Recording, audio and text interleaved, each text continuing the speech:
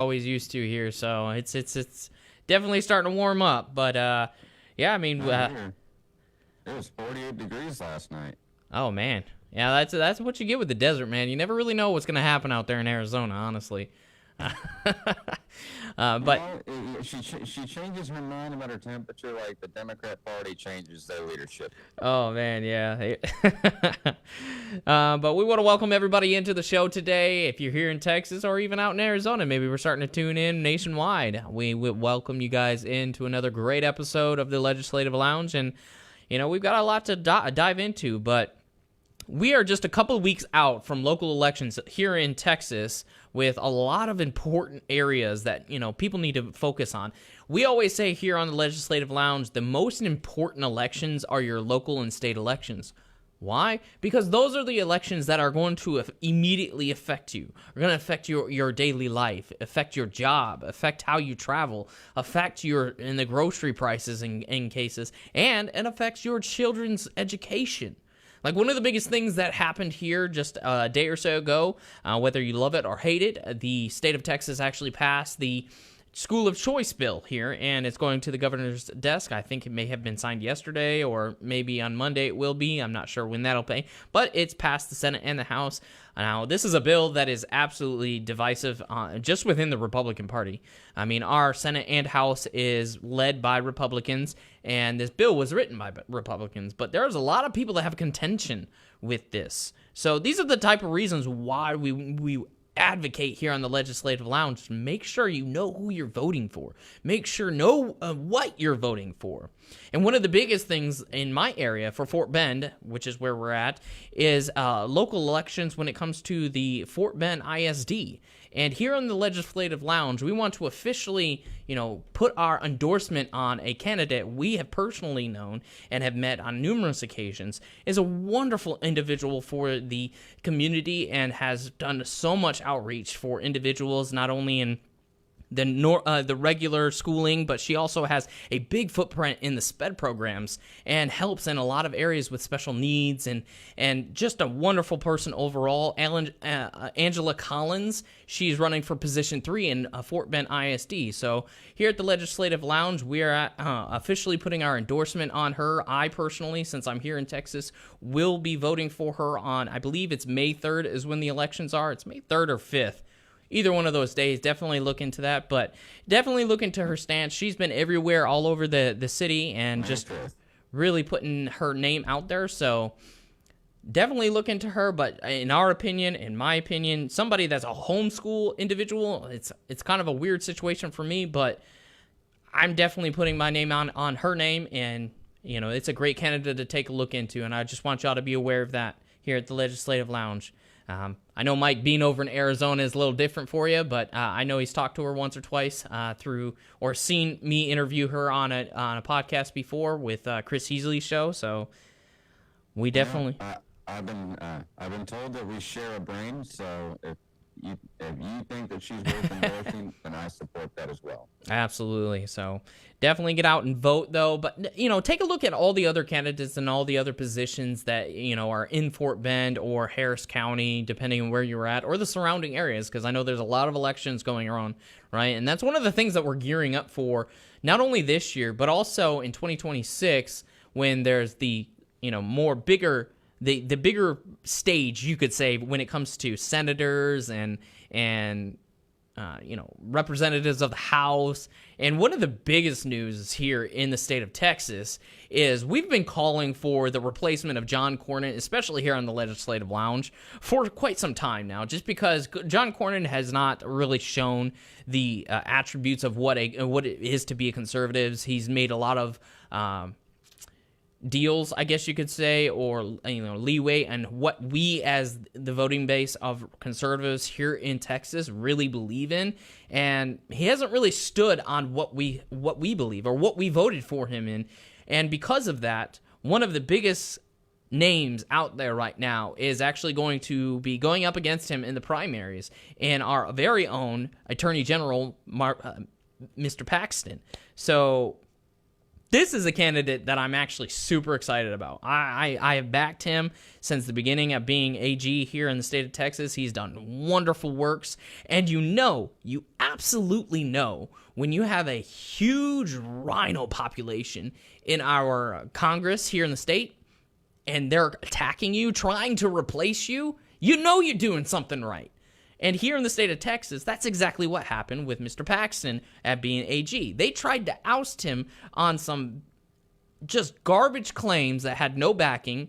Of course, he was the Senate came through because the House was absolutely lost their mind. But the Senate came through and acquitted him of all the baseless allegations against him. And he's been doing a phenomenal job since then. He's pioneered the number of different items, especially when it comes to the illegal immigration that has absolutely overloaded Texas in a lot of ways. So I personally will be voting for him. The Legislative Lounge will definitely be endorsing him for the Senate seat and the primary against John Cornyn, which will ultimately win the seat in the primary next November as well. So it is what it is here in Texas. So definitely take a look into him as well. But we got a lot of moving parts this over this last week, with a lot of different action that's been taking place, especially with senators trying to act outside of their realm of what they're supposed to do, right, Mike? Oh, yeah. I can't remember the gentleman's name. Do you remember the gentleman's name that went over to El Salvador? Yes, Senator Van Hollen. Yeah, that was wild. You know, to step outside of your Article 1 purview and start dipping your feet into foreign affairs, which is primarily ran by the executive branch. Right, absolutely. And that's part of my issue. So if you're not familiar with this whole Kilmer Garcia, I don't know how to say his whole name, so that's what I'm going with, right? If you're not familiar with this case, this is an individual that has been to immigration court twice. He's been here illegally since 2011, hasn't applied for any type of green card, visa, citizenship, nothing, right? He's just been basically mooching off our system, getting whatever he's getting, because we all know that illegal immigrants are getting benefits. I mean, they're having Social Security numbers divvied out to them by the millions, and God only knows what benefits they're getting through that, but yet none of them are contributing. Even so, the left is on this mantra of saying that this man is a family man, he's a good citizen, he's this, he's that, he's a great man. And it's funny how every time you look at the left, they're always defending individuals that either have very questionable pasts or current, reality, and never anybody that actually matters, like here in America. This is an individual that's been to immigration court twice, right? He's been deemed and identified, which documentation shows subject has been identified as a member/active of MS-13. This is a court case that I'm literally looking at the documents from 2019. U.S. Department of Homeland Security Immigration Court determined on March 28th, 2019. He's been out here, being an individual that's supposed to be, trying to reform or whatnot. It doesn't matter. It doesn't matter. If he has ties, it's been determined that way. The Supreme Court's given a 5-4 ruling on the Aliens Enemies Act, right? Donald Trump has every right to remove whatever status he has, which is a withholding from removal, right? A lot of people want to conflate this and think it's more than having a visa or a green card. No, it doesn't. All it's saying is the reason he's not going back is because there's some kind of threat to him, supposedly, of being, even though he is MS-13. Like, we've got court documentations proving it. He's got the tattoos. If you know anything about tattooing, it's very intricate in the gang world. He's got them on his knuckles. He's got specific ones on his arm. I mean, this man is he either was or is an MS-13. It's wild, right? And they talk about him being a family man, but his wife had a restraining order put up against him. Actually, in a report that I read, there were several instances where he actually beat her and then scared her and her 1-year-old child while driving. Right. I don't know if you read that, Nate. I did. Yep. And that's what I was about to get to, is that here in the United States, people are not understanding. They keep going with this mantra of, he doesn't have a criminal record. It's like he doesn't need a criminal record to be deported.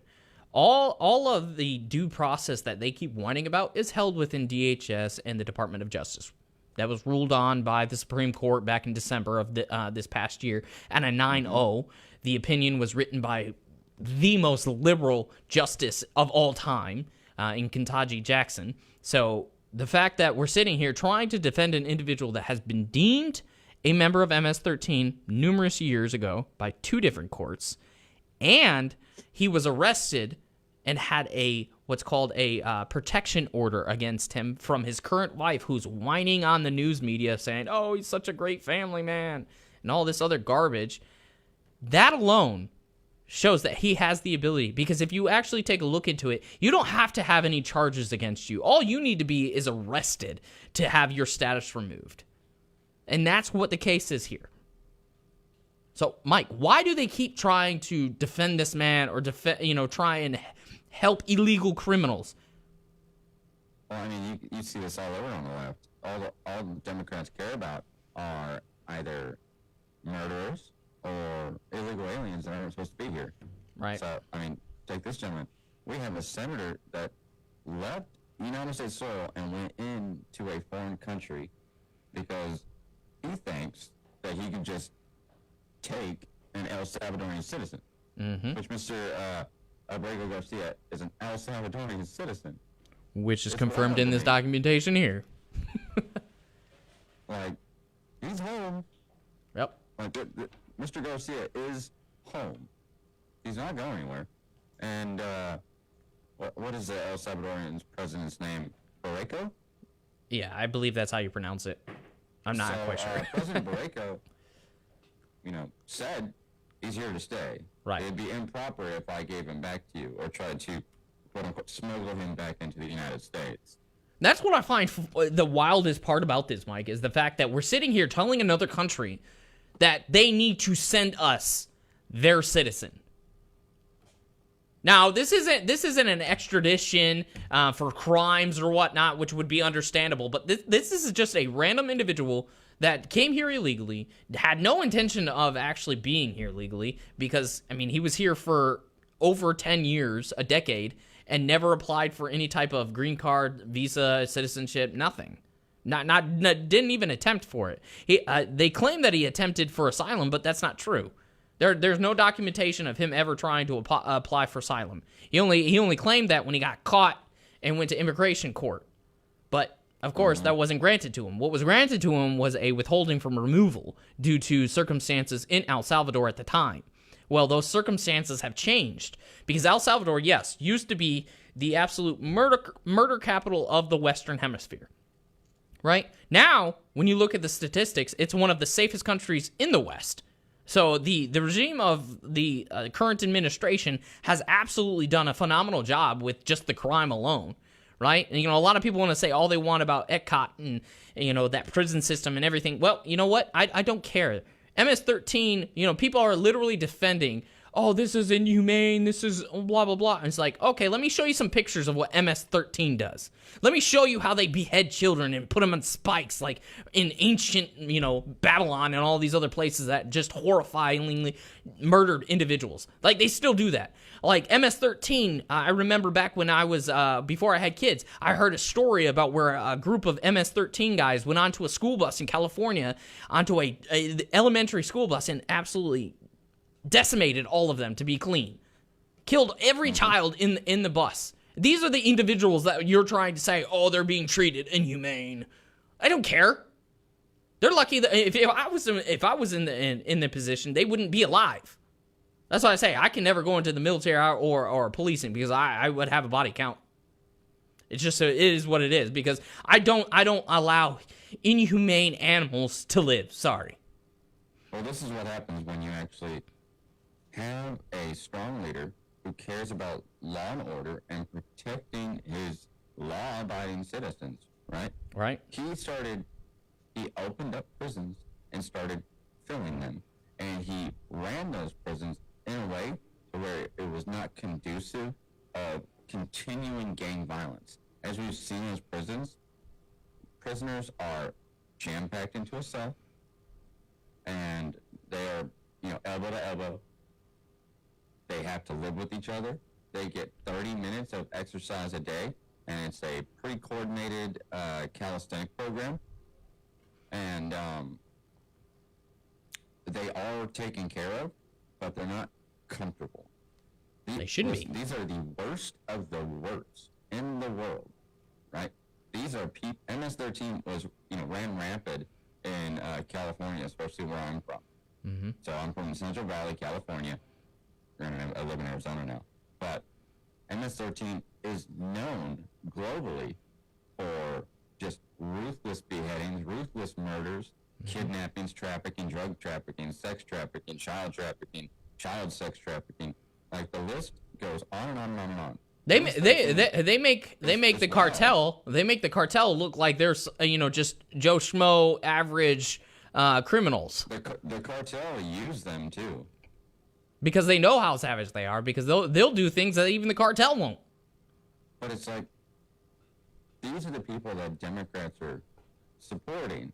The Democrats want to cry about the humanity aspect of how these individuals are treated, but in the same breath, these individuals would instantly murder, sorry, TikTok language, instantly murder those congressional members if given a chance. Right. And I don't understand it, because the media is trying to drum this up as some kind of, woe is us with this individual that's here illegally breaking our laws and not caring. And now the media is trying to make it out to be like using the Alien Enemies Act is some form of misuse, because they only read like the first, 8 words of the actual. They can't read. Well, I mean, they're drumming it up as if this is a wartime, and they use this terminology, a wartime act, right? But that's not just what it is. Yes, it says whenever there is a declared war between the United States and any foreign nation or government, but that's where they stop. There's a comma, and it says, or any invasion or predatory incursion is perpetrated, attempted, or threatened against the territory of the United States by a foreign nation or government. Sounds familiar, huh? Something like, 15 million illegal immigrants coming into the United States. And, 100%. right? And then it says, and the president makes a public proclamation of the event. What did Donald Trump do day one? Yep. He declared a national emergency, and he declared MS-13 a terrorist organization, and he declared an invasion at the southern border, if I'm not mistaken. Absolutely did. And that's why they're trying to misconstrue and twist the story into us trying to feel bad for an individual that falls within the alignment of having deportation. I mean, I don't feel bad for him because he doesn't have any kind of a realm of wanting to be here legally, right? Like I said, never applied for a visa, green card, citizenship, nothing. So you could tell that he had no intentions. And there was even another lady that was just recently deported. She was here for 39 years. 39 years, not a single attempt to become legal. So you're talking about the woman out of Colorado? Yeah, you have to ask the question of, like, why? Where were you hiding? Were you paying taxes like you should have been? Because that's their defense. She wasn't hiding. She wasn't hiding. She was an activist. But what I'm asking is, like, what were you hiding, though? Like, what were you trying to hide? Because you had 0 attempts to do anything legally. It begs the question, because the defense of the left is, oh, these illegals have been here for years. They're paying taxes just like you and me. There was $100 billion that was paid by illegal aliens over the last few years. I'm like... But how much of that is federal tax? How much of that is consumer tax? Sales tax, what have you? Mm-hmm. Like, my thing is, they want us to care about these individuals. They want us, they want us to give them a chance. We gave them a chance by offering a avenue of proper legal immigration. Mm-hmm. They violated that. They violated our trust by violating 8 U.S. Code 1325. Right. Like, if you violate that, you come in illegally, I don't want you here. You've already broke into my home. You're done. I want the best. I want the law-abiding immigrants. I want the million immigrants that come through our legal ports of entry, go through the process, denounce any affiliation with their origination, and they actually swear an oath. They pass a civics test. I want those people. Mm-hmm. Right. And I mean, I said this on Thursday when I was invited to the Patriots Den. You know, it has to do with also understanding that when it comes to immigration, there are avenues for these individuals to actually go through, and it's a hard situation to really navigate for those that are trying to do it right versus, you know, those that are doing it wrong in all reality. But you got courts out here that are acting outside of what their jurisdiction is, right? Now they're trying, or they were trying until just a couple hours ago, that they were trying to hold Donald Trump and his administration in criminal contempt because of this whole situation. But the problem is what did the ruling say from the Supreme Court, right? It says, first of all, that you lower courts can't tell the United States executive branch what they can and cannot do. Like, you don't have that authority constitutionally. The United States Supreme Court barely has that, honestly, when you really dive into it. But they're out here not understanding the difference between effectuate and facilitate. Right? Because that's exactly what the lower court, district court said, is that they must facilitate and effectuate. Like, you have to understand the difference of that because, yes, the Supreme Court upheld facilitate, but they struck down and specifically said we strike down the effectuate part, which means effectuate, it means that they have to negotiate and actually be mobile about it, right? They have to go and get him. However, that's not what it says. It says that he needs to facilitate, which means if El Salvador wants to bring him back, we have to provide the plane, essentially, or the boat, or whatever it may be. Like, that is the only thing. Now, the El Salvadorian president already said, we're not doing that, right? I'm not going to smuggle a terrorist back into America. And that's exact words that he said at the White House. He's 100%. Like, and the people are like, well, why not just let him go in your country? And be like, yeah, we don't do that. We're not just going to let a gang member terrorist out into our country. Again, his words. And the fact that... And he said in that press interview, there's a reason that, you know, we went from being the most dangerous to now the most safe. And, you know, like you were talking about, these are legal terms. Every time you read a Supreme Court case, these are legal terms being used. Facilitate simply just means to make something easier. Right. So, and you know, I know you were going to get to this, but I'm going to steal it. Go ahead. Donald Trump offered his plane to that El Salvadorian president, and it was denied. Mm-hmm. That was the facilitate part. That was, you know, that Donald Trump fulfilled his obligation to that Supreme Court ruling. And that Supreme Court ruling wasn't even an order. Because at the end of every Supreme Court order, it'll state at the bottom, it is ordered. But this was should, right? This is establishing where jurisdictions lie. Right. This ruling basically said, listen, we're going to grant and deny both of y'all's request. So we're going to ask that, should it be necessary, the lower court clarify what they mean by effectuate. Also, we're going to ask the lower court to stay in your lane, right, when it comes to the executive power. And we're going to ask the government to facilitate, right, to make something easier as far as in regards to the transport of Mr. Garcia from El Salvador to the United States, so that he may be deported, so that he may be given the due process that he would have been given, which means so he can be deported again.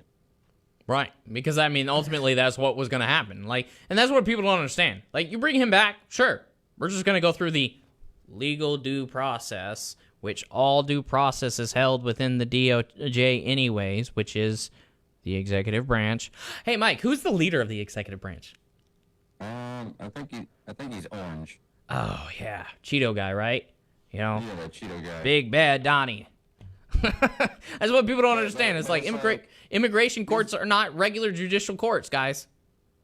These are people that don't understand the difference between a magistrate judge, an immigration judge, and a federal district court judge, and a Supreme Court judge. Right. So, like, an immigration judge is an Article 2 judge because it falls under Article 2. Yeah, and then now you have another judge, at a district judge, Judge Boasberg, something, however you pronounce her. She's trying to hold the Trump administration and Trump officials in criminal contempt because of this order. Well, it came down just, it was late last night. It said that the federal appeals court was like, no. Like, did y'all not read the Supreme Court? Y'all don't have you don't have the jurisdiction to do this. They already deemed that. So they struck it down and were like, yeah, no, that's not what we're gonna do. I mean, there's silly stuff going on. Like you have that, and I knew that was gonna get struck down. You have Gavin Newsom out of California that's gonna sue the Trump administration for tariffs. That one, that is a whole, oh my Lord. Like, it's so funny how these people are in these positions of leadership in our government, but don't know how our government works.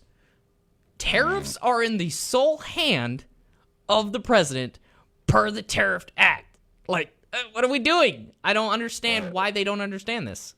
What is that? Tariff Act of 1974? 71, 74, something like that, yeah.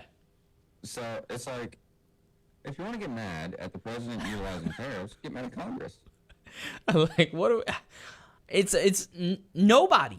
Like, but these are the experts, right? It's just like this whole situation with what's going on now that, the White House has come out with COVID, the COVID understanding that we've all been saying for the last 5 freaking years that it was a plandemic, people. Imagine that. Something that was actually pushed by Dr. Anthony Fauci. Was his pardon removed? It doesn't stand legally. It just doesn't. And for those that may or may, like, I don't know if you just don't pay attention at all and live under a rock, what we're talking about is that the White House finally came out officially and made a whole website about it, honestly, about how, when, where, why, and who everything COVID, the origination of it, right? They tried to give us the media, Dr. Fauci, all of them, right? They tried to pass off this BS story about people eating bats, and that's where COVID came from. And I'm like, in what world does that ever happen? And we've been saying for the last 5 years, gain of function, gain of function, gain of function. And we were called conspiracy theorists, crazy, nuts, QAnon. Yeah. But in all reality, we were right. Again. And we keep telling you. It wasn't the QAnons. It was the Bluanons. Like, just so everybody knows, that term was dubbed by Nate. Yeah, I saw that the Gateway Pundit, like, I put out a bunch of videos last year saying that term repeatedly, and some of my videos went viral. And I saw the Gateway Pundit put out an article with that as the tagline. I was like, yo, I need my compensation for that one. But, like, that whole COVID thing, like, when it came to discussing COVID, whether you were making a video or you were conducting a live stream, you were immediately taken down to multiple social media platforms. And that led to probably the majority of mine and Nate's bans on social media. Absolutely did. Because my first several accounts was pointing out all the quote-unquote conspiracies around this whole thing. And then when the jab came out, oh, Lord. It was every day I was losing an account. Why? Because I was showing actual studies. Studies not only by independent research facilities, right? What is that? Frontier doctors and all those people that were absolutely debased and their license were taken around. Not even them. Like, they had a bunch of great information and absolutely everything that they put out was correct. But I pulled up studies from the NIH, the CDC, the people that were telling you it came from bats, right? Yeah. That their site even showed where this is coming from, what it is, and people still called me conspiracy nut. I'm like, these are the experts you guys keep saying know more than me. These are their websites. These are their studies. I was getting banned for saying that it's not it's not officially mandatory in the military, but it's mandatory in the military, and they're going to kick you out. And what happened in August of 2021? They started kicking soldiers out. Right? I mean, people were losing their jobs over all this. I started reading the Pfizer documents that were released, the thousands of Pfizer documents that were released, and I was getting taken down. It's like I'm reading this word per word about efficacy studies that coincide with natural immunity that was in the Pfizer documents. I'm getting taken down for misinformation, and I'm being called a conspiracy theorist, and I'm not reading the right things. Oh, yeah, we can get into the actual vaccine itself, because I can't wait for that to come out. Because I'm petty. I'm an individual that told you so on a moment's notice. I don't care. Because if I'm saying it, I've done research into it. I know what I'm talking about. But yeah, I don't know how many times I was debased, I was chastised, I was called this or called that. I was called every name in the book for the last 5 years, right? And now we have information coming out to reinforce what I said. So I'm telling y'all right now, I'm about to make some of our doctor viewers mad, but I don't care, because you know I'm right. You know I'm right about what I'm about to say. And that is that the experts, the doctors, right? Your family doctor, because you listened to your family doctor about the vaccine. It was so good for me. They don't know squat about vaccines. Hey, if you want to prove it, if you want us to prove this to you, go to your doctor and ask your doctor about tetanus, and ask him if tetanus was grown on rotting meat. You can just simply go to your family doctor, ask them, what's the ingredients of the influenza A vaccine? It doesn't cause autism. Here's a colorful sheet of the benefits. Like, that's not what I asked you. I asked you, you're supposed to be the expert here, right? You're supposed to know what this is. No, all they're taught in school, unless they specialize in immunology or virology, they don't know the ins and outs of how this interacts with the body, because they don't study it. They're told how to treat something and what may be common complications from it. That's it. They get a list of symptoms. Here's what you prescribe. That's the extent of their knowledge. Mm-hmm. And I know I'm going to make some doctors mad about that, but you know I'm right. You know I'm right, because you guys typically only have one immunology class. So don't sit here and try and lie to me, because I've been in it. I mean, that goes into several different areas too. I mean, doctors are not, they're not incredibly educated on nutrition either, right? Absolutely not. And, I see this with my own wife, with her endocrinologist. Her endocrinologist got so, started stammering and got uncomfortable because I started asking questions about my wife's blood panel as it related to her hormone production, various hormones, whether it be estrogen, cortisol, testosterone. She was like, oh, she's normal. I was like, well, we need to get a blood panel so we can actually have evidence of that, actually show that she's normal, right? Mm-hmm. But I started talking, and the doctor gets uncomfortable. Look, I've been saying this for a while. Doctors are glorified order takers. Like family doctors, that's all they are. Because they're like, oh, here's the symptoms. Okay, here's your food, basically. Like, here's your medicine. Here's your pharmaceutical. That's not going to fix the problem. It's going to cover it up to make you feel good enough to come back the next time. Here's your $100 Tylenol or aspirin or ibuprofen. If people just started understanding how the body works just by being vitamin efficient, or understanding what you and your wife learned about gut bacteria, mm-hmm. Like there's so much knowledge, and we have access to all of it because of how we all have little computers in our hands now. Right, and that's the thing. Like, a lot of people don't understand. There's actual studies on this. Try and disprove me, right? Go and find something that says otherwise. Around 80% of all major health issues nowadays here in the United States can be cured. Yes, I said the C word, guys. Cured from just simply paying attention to your gut health. But doctors don't do that. 100%. 100%. I mean, it starts as, think of your body like an engine, right?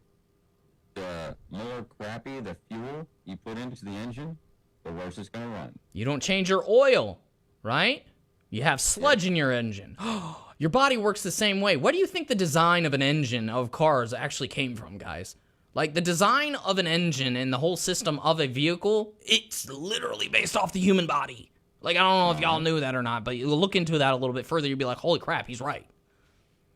Like, if you're going to start eating things that are jam-packed with preservatives and dyes and chemicals, your body has to break all that down and separate it, and then some of that stuff your body can't process, so it gets stuck inside your tissue. It gets stuck inside your colon lining, your intestinal lining, even in your stomach lining. Like, what do you think that does to you long term? And this is the thing. Like, this is what makes me the most sick about all this, is that you got all these people in higher positions, right? Even professionals, quote unquote, that are making this political. Like, the one thing here in Texas, right, is this massive measles outbreak. Oh my God. When majority of the kids that are even being affected, on most cases, are actually vaccinated. But, let's just forget about that for a second. But they're blaming it on individuals that don't want to vaccinate. And they're making it this big to-do with RFK and the NIH going back and forth and fighting about it. In all reality, the kids that have passed away, sadly, if you take a look into the cases, they're not actually passing away from measles. And if they are, listen to me when I say this.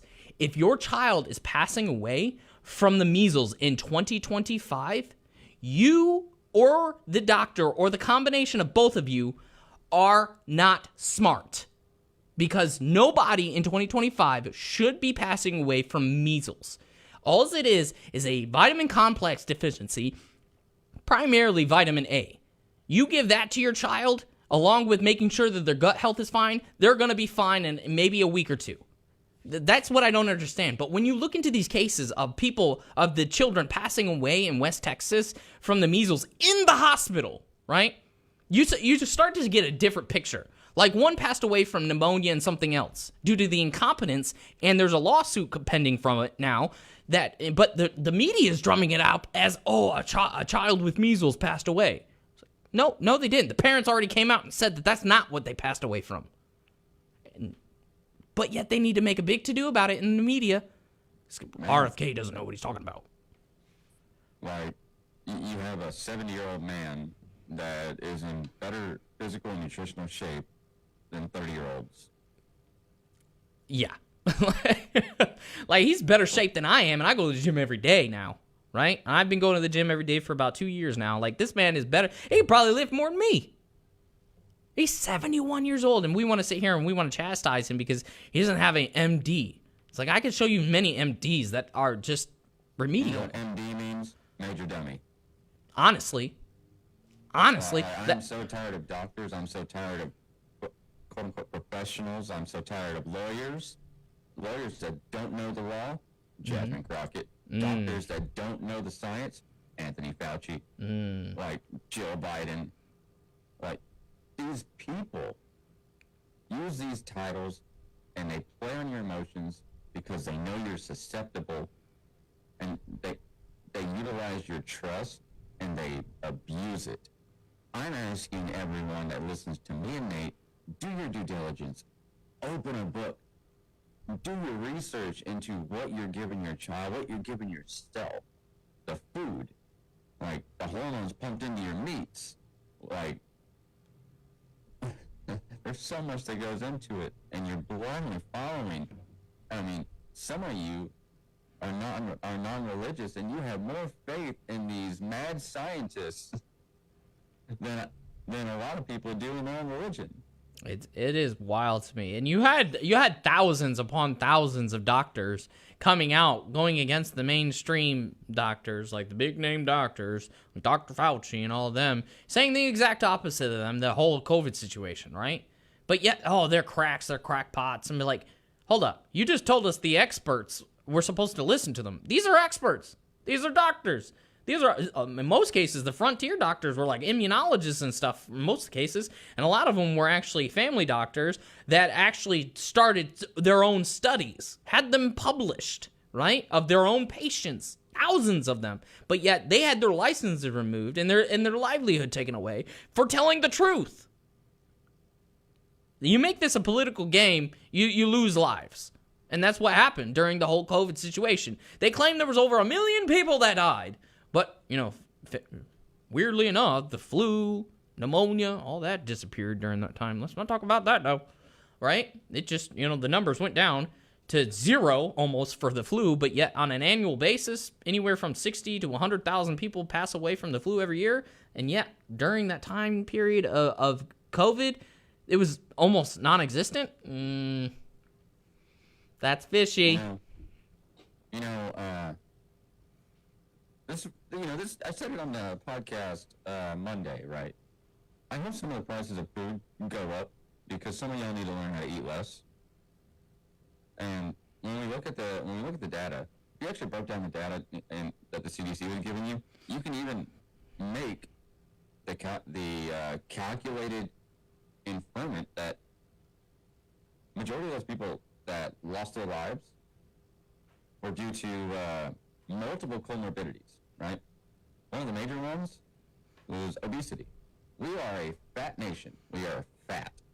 Like, capital F-A-T, fat. Over half the population is obese. Over 20% of our youth is obese. That's horrible.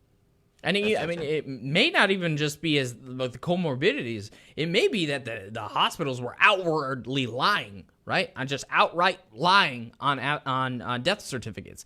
And I know this firsthand because my mom passed away in 2021. Right? She was somebody that had comorbidities. She had a lung disease that she had been dealing with for years, right? And she went in, she had COVID, right? 3.5 weeks, and then almost an entire month before she passed away. She was in the hospital that entire time. Not vented, none of that stuff. Like, it wasn't that bad. But 3.5 weeks, she tested negative for COVID. But guess what was the first thing on her death certificate? COVID. So how can you die from something you didn't even have? You know what she passed away from is because hospitals are disgusting cesspools. Because she had 2 autoimmune diseases. She had one in her lungs and one within her blood that basically made it to where she had 0 immune system, right? I could go into the very specifics of it, but it would take too long. She basically didn't have an immune system. So when she was there in the hospital, she developed MRSA. And MRSA went rampant in her body. She went septic, and it went to her brain. They quite literally showed me the MRI of her brain where it was literally eating her brain. And that's what she died from. But yet, the first thing on her death certificate was COVID. You know why, Mike? Why is that? Because the hospitals get, some $100,000 per patient that died from COVID because they got a stipend from it. Mm-hmm. Anyways. It's wild, right? But even when you were saying that hospitals were changing cause of death on death certificates for money, we were labeled conspiracy theorists. We were labeled QAnon, right? But there was evidence. We were saying that COVID did not come from a wet market, right? Because there was evidence. But we were deemed conspiracy theorists. Right. We told you A, B, C, D, and E, and you didn't believe us because the news said we were wrong, but we had the evidence backing. And you wonder why now everything has proven us to be true. Right. And people always wondered why I went so hard on doctors and this topic in general. It's because I literally lost my mother to this nonsense. Because of the incompetence of a hospital to clean their place properly and to falsify documents on a medical medical document saying that she died of something that she didn't have so that they could get more money. And you wonder why I'm so critical about doctors. We're waiting on a comprehensive review of my uncle that just recently died. So he was given the vaccine as well. So we're going to see if that played a factor into his increase in seizures. Absolutely did. Absolutely did. One of the main things that the vaccine was attributed to was neurological issues. Vascular issues too. So anybody that passes away mysteriously due to either one of those things, I don't care. If you call me conspiracy, I don't care. I have proof. I've got studies to show you. So my uncle was mentally disabled. You know, he was on medication for his seizures for most of his life, right? And then his seizures were controlled. Got the vaccine, and then seizures started to uptick. And then last year, had a seizure, fell into the shower, busted his head open. We lost him. So, I want to know what exactly led to the increase in seizure activity that's supposed to be under medicinal control. Right. That was controlled, was monitored, there was no elevation until something was added. Right. And it just, I mean, this all boils down to just fraud, honestly. Like, this whole thing was a fraud. And that kind of moves us into the next segment as well. Trying to get off of this topic is fraud. Fraud is a huge thing that's been talked about lately, right? You know, Donald Trump's 34 charges of fraud, finance fraud, banking fraud, all this other stuff, right? And the person that was spearheading this whole situation. Hold on. I want to give Nate kudos to this because, you know, he brought several aspects of this to light before anybody else. And I'm not going to be under the assumption that they didn't see it on news because they, you know, it's funny, they've been talking about it the last few days. So what Mike's talking about is it's probably about 3.5 weeks now ago, back on March 30th, whatever that time, and it's 2.5 weeks, 3.5 weeks, whatever it was. I had brought to light a situation where your favorite New York AG, Letitia James, who brought the infamous 34 charges against Donald Trump for fraud, right? She was committing fraud herself since the 80s. And then you sit here and you say, wait, what do you mean, Nathan? Well, it stems all the way back because she has a lot of properties, you know, not a lot, but I mean, she's had a lot of properties over the years, but this stems back into the 80s where I pointed out, well, she committed fraud on a mortgage loan for a particular multi-family living situation, right? On that form, I showed, and I had the documents itself right from the New York finance, agency, that it was listing her father and her as the primary two, and it said his name, right, Mr. James, and Letitia James, comma, his wife. I'm like, hold up a second. And I found another document. And another document. So is it on 3 separate documents, it was listing Letitia James as her father's wife. And this can't be confused with her mother because her mother's name's Neely, right? Like, they don't have the same name, so you can't use that against me. And I said, you guys are going to see fraud charges come up on her in the coming weeks. And guess what happened on Thursday? The Federal Housing Finance Agency officially referred criminal charges for mortgage fraud on Letitia James to the DOJ to prosecute. And there's even more information on that than even what I was able to show, is the fact that she also had 2 other properties that were different to what I was just talking about. One in Virginia, where she listed as her primary residence, right? But yet she lived in New York and is currently in office as AG, and was AG when that loan was taken out. So you ask yourself, why in the world would she do that? Because when you look at specific loans, if you list something as your primary residence, you can get more favorable interest rates, which helped her save how much money? We may not know. But there was another one where we know the exact number. In Brooklyn, New York, she took out a loan, which I believe is called a conforming loan or a confronting loan, one of those two. But in those particular loans, it's for a multi-family duplex apartment type situation, right? In those loans, you can't have more than 4 units, right? There can only be 4 or less families. Well, on numerous documents, it shows that there are 5. But yet she lied on the documentation saying 4. Why? Because it brought her interest rate down to like 2.7%, which was far less than what it was going to be if it had been over that, because she wouldn't have qualified for that loan. And you can see that it saved her $44,000 annually since 2011 when that was taken out. That's a nice chunk of change, yearly. Just saying. And yet, I'm going to say Nate's favorite word on how I pronounce it, but oh, the hypocrisy Always, yeah, you say hypocrisy. But like I say, the left never accuses the right of something the left hasn't already doing, right?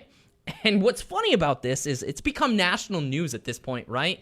And even Miss Letitia James responded to it in some kind of interview on MSNBC, I believe, or NBC, one of the two, I can't remember, and the individual that was interviewing her even specifically said, "Oh, we've seen social media posts showing this information." Blah, blah. I'm like, wait, mine? Because I did get some nice traction on Instagram and Facebook, but even more so, I saw today that yesterday, Representative Jim Jordan was talking about it and even mentioned the whole thing about her being listed as her father's husband, which I haven't heard anybody. And I'm not saying it's just me. Don't get me wrong. I'm not saying that. There are very small, on like Twitter or whatnot. I've seen some of them, but I haven't seen anybody talking about that situation. So, did Jim Jordan see my video? I don't know, but that would be kind of cool. I watch, due to us and this podcast and our own content. I've seen several different videos about Letitia James after you made the video. Calling her out about the fraud, and then more specifically, being the what's it called, the husband dad. Mm-hmm. We're gonna call it husband dad, right? How's dad? Husband dad. I have not heard anybody on Twitter, YouTube, TikTok, Facebook, what have you, talk about the husband dad. Mm-hmm.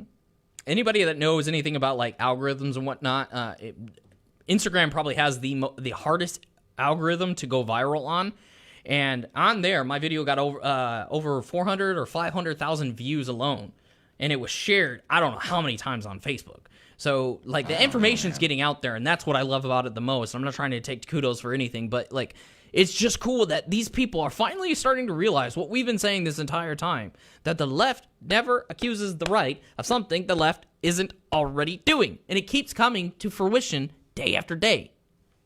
Yeah. It's almost like the left, says that us. Well, I know you don't like to claim yourself as MAGA, but I'm MAGA. So the left always likes to claim that MAGA is so violent, right?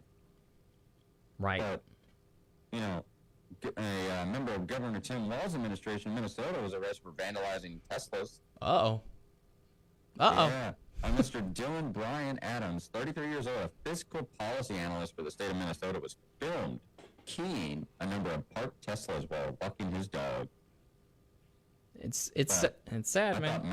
I thought MAGA supporters were the violent ones. The hypocrisy is never ceasing on the left, and that is what's driven me away from that completely. I'm not completely on the right. I'm not like sold on everybody that has an R next to their name. Don't get me wrong. I've absolutely been vocal on this show alone on some of the people that pretend to have an R next to their name, and I'll call them out. But it's the left's consistent hypocrisy, right? Like for instance, there's a large content creator on TikTok, right? He goes by the name of Jolly Ginger or something like that, whatever. This is an individual. He's got like 6 million followers, so I can absolutely say this because he is pretty relevant out there. He's now starting to do interviews and is a paid shield of the DNC. We've proven it because I hate to say it to you, Jolly. We've got the receipts from the FEC of you receiving the 4 different $5,000 deposits from the DNC. He's a race-baiting Democrat shill. But anyways, he came out, I saw a video of him trying to degrade somebody because he claimed that they worked at a Dollar General and was saying that, oh, now she's a stock and economy expert, when in reality, this man became famous for making drama videos about like husbands and wives fighting and stuff like that. And because of his fame, he called it Tea Time. He created a tea line, right? So he's a tea salesman on TikTok. And that's why I'm like, hold up a second. What makes you the expert? Because just 5 days or 6 days before this video of you making fun of an individual because she's pointing out the obvious of where were you guys during last year under Joe Biden when the stock market dropped numerous times just like it is right now. And you're sitting over here trying to be an expert when you're a tea salesman. Like, What makes you any different? It's just the blatant hypocrisy of people on the left, and I can't stand it.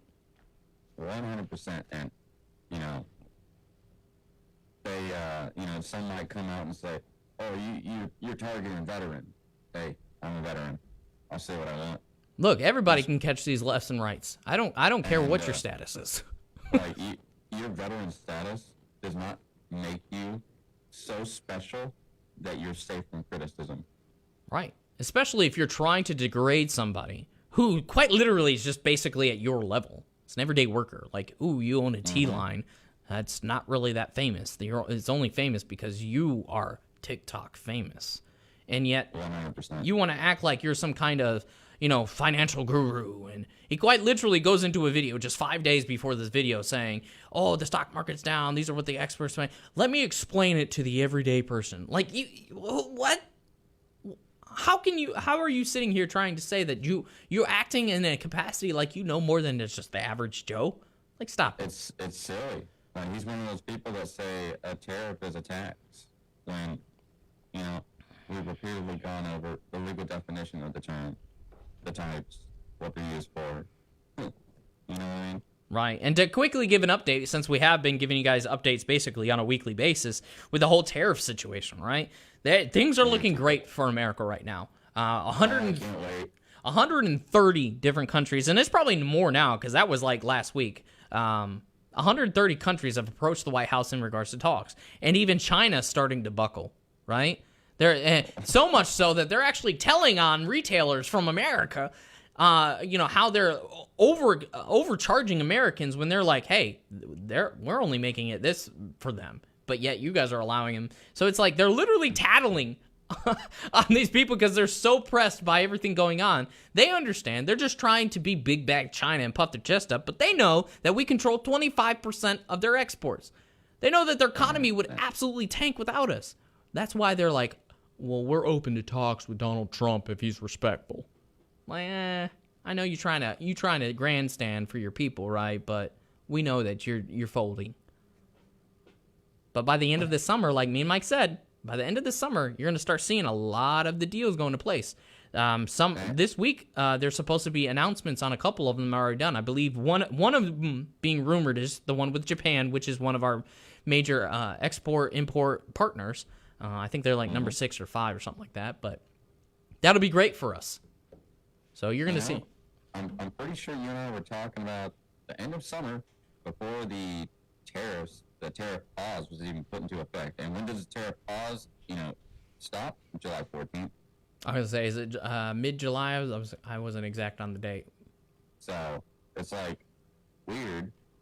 Nate and Mike are just, catching dubs right now. Now, mind you, this was before the whole tariff pause. We said by the end of summer. Did we not, Mike? Yep, that's what. Like, y'all, most of the people that are out here that complaining are like, oh, my 401k. I'm like, unless you're retiring within the next 2 years, shut up. Honestly. You don't even know how your 401k is affected by the stock market. Right. Like, I can tell you right now, 99.9% of people that even have a 401k through the work have zero clue what it's even invested into. And if you're going to rely on your 401k simply for retirement, you're going to stay working forever. Yeah. And I say, you probably know what you put into it, your percentage. You may know what your return is on an annual basis if you pay attention to it, but I can promise you almost nobody knows what they're actually investing into because you don't look at it. Right? So stop worrying about it. Like, if you're like mine and Mike's age, you don't worry about it. If you have just a 401k, that's what you need to worry about. Yeah, if you're mine and Nate's age, you got like 50 more years of work left in you, so stay working. Absolutely, because we know darn well that Social Security ain't going to be there for us when we get to that age. I mean, it's already ready to implode in the next 5 years. Learn how to diversify your income. Don't just rely on earned income. Learn how to create passive income. Write a book. Let that make us money by itself. Yeah, but from an international stage, though, like we can see the tariffs and all that. But some other news, I don't know if you saw this, Mike, but everybody wants an update with this whole Russia-Ukraine situation, right? And Easter. And I believe it was just said the other day, or was it yesterday? I don't know if it was Rubio or Trump himself. One of the two was somebody big in the administration that's helping the negotiations said, if something isn't worked out within like the next week or it doesn't progress any further, we're dipping out and they got to handle it because this isn't our war, right? And I'm absolutely on board with that. Well, it was announced about 3 hours ago that Russia is actually making a unilateral ceasefire on Easter tomorrow in Ukraine. So they're basically telling all their soldiers, nobody do anything. We're good. So they're actually taking the first step to peace. Well, weirdly enough, because they're the one that kind of instigated this whole thing. I'm not like a Russian advocate or anything like that. Because honestly, you ask me, I don't care about either one of them. Honestly, I am taking that stance of let them figure it out. I don't care. But seeing Russia take that first step and say, hey, you guys don't want to figure nothing out, all right, we'll tell our guys to just lay off. It's great to see. Yeah, Russia said we're going to do a unilateral ceasefire, and also, compound that with a couple of days ago yesterday when the U.S. is making the offer to ease sanctions or just facilitate, this peace. Right. Hopefully. It seems it's like Ukraine Zelensky keeps saying, "Oh, we want peace," but like anytime peace comes around, it's like he never wants to talk about it. No, you know what he wants? He wants that American paycheck. That's what he wants. For sure. Right, he wants to continue building that ski resort that's being built in Ukraine. It's sad. It's sad to see this, man. It's sad to see people complaining, coming over here, whining to us, saying, "Oh, all our people are dying," even though we're kidnapping our own citizens on a daily basis. But we need your money because we're all dying. Well, what about the several peace talks? Oh, you guys are so concerned about illegal aliens and Ukrainians dying. I don't hear none of y'all crying about the 24 veterans that are taking their own lives every day. I don't see you guys. I don't hear none of you Congress, left or right, talking about how to get rid of American homelessness, how to fix it, how to fight against veteran suicide. I don't hear none of y'all talking about it. I mean, they like to fight back and forth on the left and the right. Like, no, we care for the veterans more. No, we care more. It's like, actually, neither one of you do, because you could have taken that $200 billion you gave to Ukraine and fixed literally everything with the VA. Yeah, I mean, that would have helped me. If you put if both sides put as much energy into the VA as they did their, ridiculous debacles, as they did their insider trading, it'd be easier for a veteran to get a disability rating for service-connected PTSD. Right? Or leftists, listen to this. You could have used that money to help expand the immigration courts like you want so badly so we can actually process all these people correctly. Just putting that out there. Created a fast-track system for immigration, right? A faster naturalization process, right? Right. But y'all are being manipulated. And then these are the types of things. Is like it's logical thinking of what we should and should not be doing, right? Like if we have, for instance, right? I'm not perfect in my financial history, but I'm also not like one of the worst at all. Like I've got debts, I've got issues, but I get paid okay, and we do okay, right? But I'm not gonna take advice from somebody that, and I don't mean this in a derogatory way, but that's beneath me financially. Like if I'm gonna take advice from somebody when it comes to finances, it's gonna be from somebody that's above me or someone that's been where I want to be or is where I want to be, right? It's the same thing with this. It's like these people are telling you, oh, we have to protect them. We got to get to this. But it's like they're not even taking care of what's in their own house. And so it's just use a little common sense. Are you going to take, like, nutritional advice from somebody that's overweight? No. I can't. I don't even get me started on that. I don't know how many personal trainers I see at my own gym that are Those are my personal trainers. Those are gimmicks. Oh Lord! But anyway, before we go down that rabbit hole, but I think today was a great show. Absolutely, and we want to thank everybody for coming in today. And joining us and going through our rants and hearing us out. Hopefully we can also bring more information to you guys as things progress. Hopefully this week we'll see some of those trade deals come down the pipeline and you'll see a huge boost to our stock market like we all predict. And hopefully we can start seeing some peace around the world and go into the New Year's. But we want to wish everybody a happy, Easter and whatever your beliefs are, and we respect them all. And for all those that do celebrate Easter, happy Easter and Resurrection Sunday. And we love and thank you guys for joining us on the Legislative Lounge. But Mike, take us home. Yes, sir. Thank you for tuning into the greatest podcast in America, hosted by Radio DaBang. Thank you so much. Be sure to follow us on Instagram, Facebook, Twitter, TikTok, and all other forms of social media. And remember, we love you. God bless. Christ is King.